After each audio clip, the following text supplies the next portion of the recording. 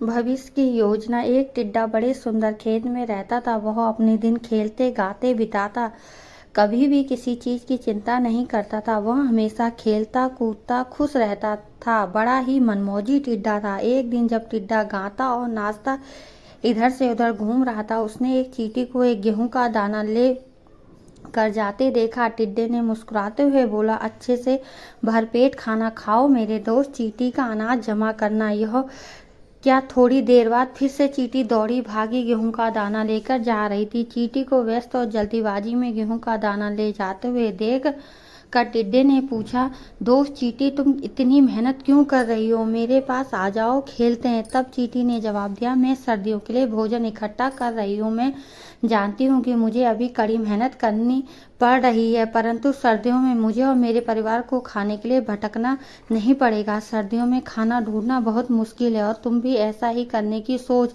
टिड्डे का जवाब, भविष्य की योजना। टिड्डा हंसता हुआ बोला, तुम कितना ज़्यादा सोचती हो, मुझे भविष्य के बारे में क्यों चिंता होनी चाहिए। मैं वर्तमान में खुश हूँ और मेरे लिए यही महत्वपूर्ण है। चींटी असहमति जताते हुए सिर हिलाकर बोली, मुझे तुम्हारे भाव समझ में आते हैं, लेकिन भविष्य के बारे में सोचना अहम होता है और अपने परिवार की जवाबदेही भी समझनी चाहिए। हम जिस समाज में रहते हैं उसकी भी जवाबदेही लेनी चाहिए। अपने परिवार का भी ध्यान रखना चाहिए और समाज में भी जिनके पास नहीं है उनका भी ध्यान रखना चाहिए, और जो यह नहीं समझते उन्हें कभी ना कभी परेशानी का सामना करना पड़ता है। चींटी की अनसुनी सलाह, और टिड्डे ने चींटी की सलाह को अनसुना कर दिया। उसने अपना हर दिन गाते खेलते बिताता रहा। उसे अपने भविष्य की कोई चिंता नहीं थी। जहाँ हर जानवर अपने और अपने परिवार के लिए सर्दियों के लिए तैयारी में जुटे थे, वहीं टिड्डा बेफिक्र समय काटता रहा।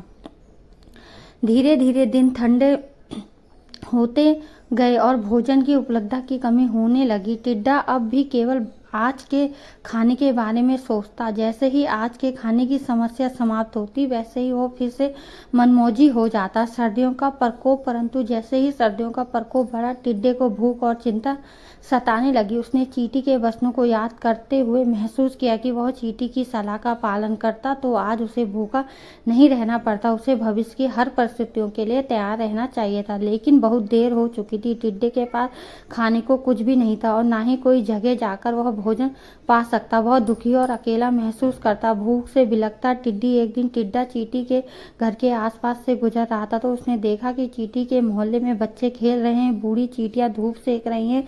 तभी उसने देखा कि उसकी दो चींटी अपने घर में भोजन कर रही है। चींटी के पास भोजन की पूरी आपूर्ति थी और वह ठंडे मौसम के लिए तैयार थी। टिड्डी ने चींटी के पास जाकर कहा, मुझे खेद है कि मैंने तुम्हारा कहा नहीं माना और आज मैं भुक्तभोगी हूँ। यदि मैं तुम्हारी सलाह मान लेता तो आज खाने के लिए यहाँ वहाँ नहीं भटकता। मुझे माफ़ कर दो। और क्या तुम मेरी मदद करोगे? क्या तुम मुझे भी खाना दोगी? दयालु चींटी।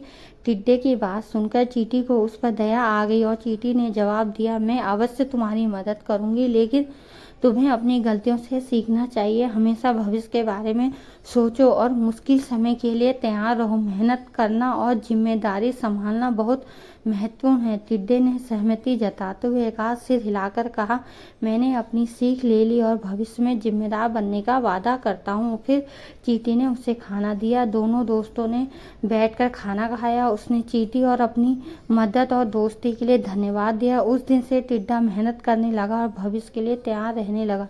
उसने सीखा कि सफल जीवन के लिए जिम्मेदारी लेना और मुश्किल समय के लिए तैयार रहना महत्वपूर्ण है। भविष्य की योजना खुशहाल और समय सफल जीवन के लिए कड़ी मेहनत जिम्मेदारी महत्वपूर्ण होती है। वर्तमान के साथ साथ भविष्य के लिए भी योजना बनाना, तैयार रहना आवश्यक होता है। नमस्कार दोस्तों, मेरी कहानी अच्छी लगे तो लाइक करें और शेयर करें।